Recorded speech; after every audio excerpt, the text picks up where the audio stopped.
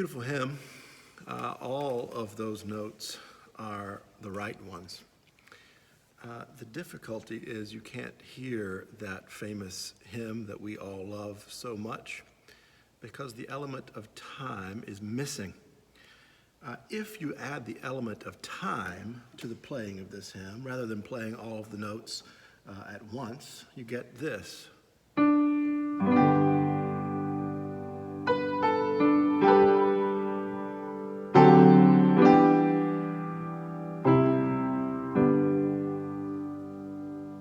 It's a better sound for sure.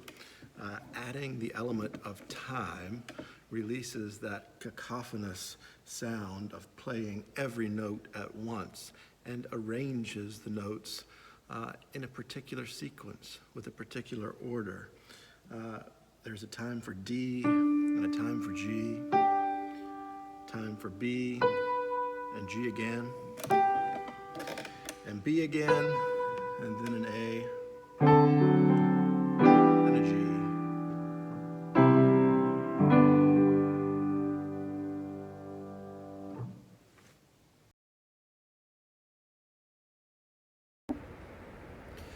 Remember the questions that prompted us forward on this theological journey with the writer of Ecclesiastes. The very first week I asked you, where are you discerning solidity or rootedness in the world right now?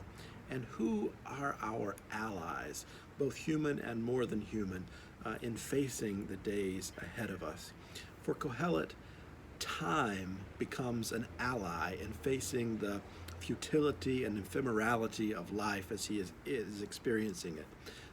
Rather than all of the cacophonous notes of life sounding at once, there is a time for each. One gives way to another, birth and death, planting and harvesting, weeping and laughing, mourning and dancing. The teacher finds a sense of solidity and rootedness and stability in the seasonal nature of time's movement. Amid the cacophony that the simultaneity of life's events can create, seeing events spaced through time, occurring and reoccurring in cyclical process, is comforting for Kohelet. But that's just sort of an observational comfort, I think. Kohelet notices the seasonal and cyclical nature of everything that occurs between birth and death and finds comfort in that, like spreading the notes out in time to make a melody rather than playing them all at once. While we've made some really beautiful music out of this passage in Ecclesiastes, this poem that you've heard sung this morning, I doubt that we have thought very much about time as our ally, because we leave off some of the most intriguing passages in this section of Ecclesiastes. We are far more apt to think of time as an enemy. What we some folks have described as chronophobia, a fear of time. And it's understandable. Time seems to take from us those we love and want to hold on to a little longer. Time diminishes the capacity of our bodies through age. Time seems to take its toll on the institutions that we have worked to strengthen and build as they eventually diminish and erode. Time can be experienced as tyranny by those whose working lives are governed by clocks and metrics of productivity. Even Kohelet asks, what gain have the workers from their toil? And the ways we talk about time often place us in adversarial relationships to it, as a commodity that we can never possess enough of. Time is running out. There's not enough time. If I only had more time. The great Rabbi Abraham Joshua Heschel observed this relationship to time, saying, contempt for time seems to be characteristic of human thought almost everywhere. Time, compared with eternity, appears empty, irrelevant, and essentially unreal. Things that happen in history are of little significance. Only the timeless is truly relevant. But is this our only option? being essentially in an adversarial relationship with time, or at very least in an ambivalent relationship to it, taking what comfort we can in observed facts that things do change in processes and cycles over time, from good to bad, but then back to good again, perhaps seeking some comfort in an otherworldly timelessness of the eternal. Something as basic as time is really hard to challenge. If we know anything, we know time. But what if we pretended for a moment that we didn't understand time at all? Or that we were able to discover a completely different way of living in and experiencing and inhabiting time? Or if we imagined time inhabiting us? If we can suspend our certainty surrounding time for a moment, then we might be able to move with Kohelet toward a sense of solidity and rootedness and stability in the precarious days ahead, with time as our ally. But we must find ways of engaging time as an ally by positioning ourselves in a different relationship to time. Rashida Phillips, who is an Afrofuturist thinker I've been reading lately, describes the importance of our relationship to time this way. She says, the ways in which we are situated in time comes to be reflected in how we think about, talk about, and conceptualize the community, world, and the universe around us. How we think about, live with, inhabit, or inhabited by time has implications for everything we do in the world.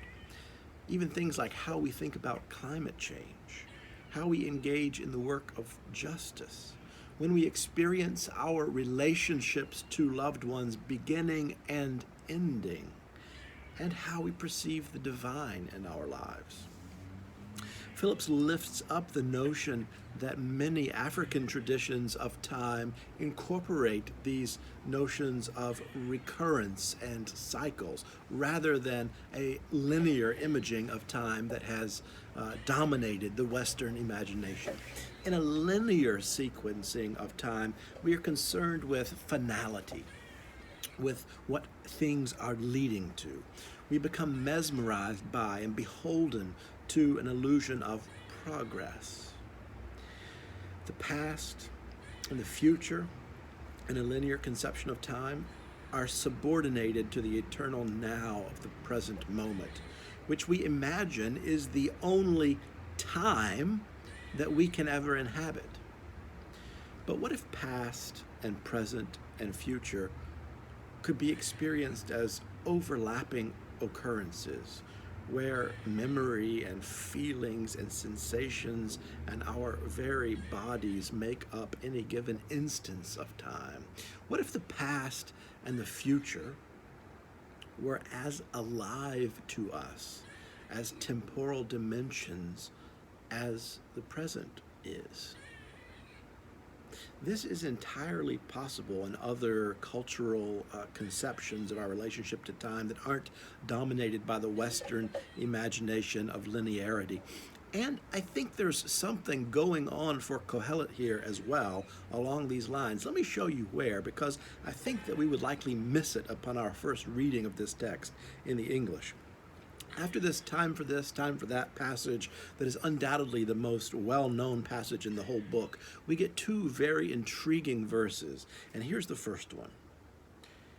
God has made everything suitable for its time. Moreover, God has put a sense of past and future into their minds, yet they cannot find out what God has done from beginning to the end. Now, what we miss in the English translation of this verse is that there's a word in Hebrew that shows up here that we've already seen once. In our very first week, we noted how the teacher described the earth with a term that is typically used for describing God, the Hebrew word olam, denoting something of antiquity and futurity, something of long duration, something of eternality. And that word shows up again here. Take a look with the word inserted where it goes here.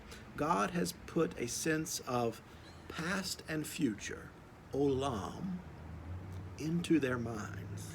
We might play around with this translation a bit to imagine the teacher saying something like, God has put a sense of the earth into their minds. Or God has put a sense of the enigma of the divine into their minds.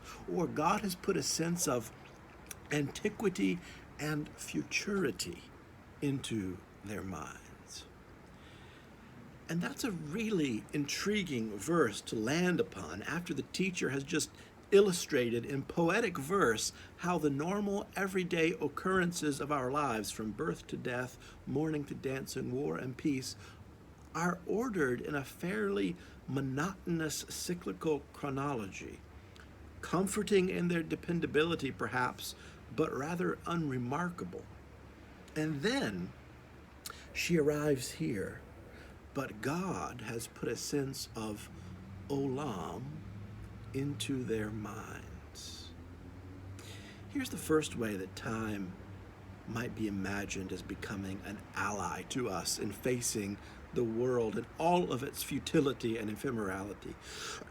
Rather than our inhabiting the chronology of time, moving along the conveyor belt of life's linearity, the dependable cycles of events from birth to death washing over us in the ever-present, here we have the possibility of a sense of a different way of experiencing time as inhabiting us. This is suggestive of something really important that I doubt we've even begun to experience in our lives. This will really take some critical imagination and experimentation on our behalves. There are other scales and registers and shapes to time than the linear one we've been acculturated to embrace. There's a certain freedom in that notion, freedom through time, a passage of time perhaps, not time passing, but time becoming a passage through which we enter into other experiences of temporality. There's even the possibility that as we face our present context with all of the futility and concerns it brings, that the past and the future can be brought into the present as allies. The olam of God and the earth are present in us, Kohelet says, even through the cyclical happenings of chronological time. Listen to what Rabbi Heschel says here again. Heschel says, there are events which never become past. Sacred history may be described as an attempt to overcome the dividing line of past and present, as an attempt to see the past in the present tense. And that gets us to the second intriguing verse in this section of Ecclesiastes that I want to be sure we don't miss. Verse 3:15. That which is already has been. That which is to be already is. And God seeks out what has gone by. Now, the latter part of this verse is one of the most enigmatic in the whole book. No one is really sure what God seeks out what has gone by means for Kohelet. It's quite mysterious. But what it might do is get us to recognize that this is not a human-centric perspective of time. Time doesn't revolve around us. Olam isn't inhabiting us for our comfort, so that we might be soothed by the enormity of eternity and our place within it. In fact, Kohelet is quite clear about this in chapter 2, verse 16, where he says, "For there is no enduring remembrance of the wise or of fools, seeing that in the days to come all will have been long forgotten." There's no comfort for Kohelet in any notion of living on into eternity, either in the memory of generations to come or in an otherworldly realm. This isn't in Kohelet's conception of time. Yet, time, past, present, and future overlapping, a sense of antiquity and futurity placed within the human experience, time in this expansive sense becomes an ally in the search for solidity, rootedness, and stability amid the futility and ephemerality of life. Now, if you can't tell already, this is a rather experimental sermon. I'm following some intriguing pathways that the text sets out without much certainty as to where they will lead. So I want to ask for your help in the coming days, experimenting with these directions and what they might mean for us. Because there's more to this passage, more to the wisdom of this renegade sage than just time passes and things change. There's something really important here that we need to play with and experiment with. So here are some questions to guide us in some exploration in the days ahead. How is our unquestioned relationship to time as linear complicit in the injustices and violence that beset us? The injustices and violence of racism, of economic inequality, of colonialism, of climate justice. How is our unquestioned relationship to a linear conception of time complicit in those things? And then secondly, how can we experiment with the resources of memory, bodily senses, and even relationality to bring the past and the future into the present as allies? And then finally, how can you imagine passages of time through which you can move to experience the antiquity and futurity, the olam, inhabiting you?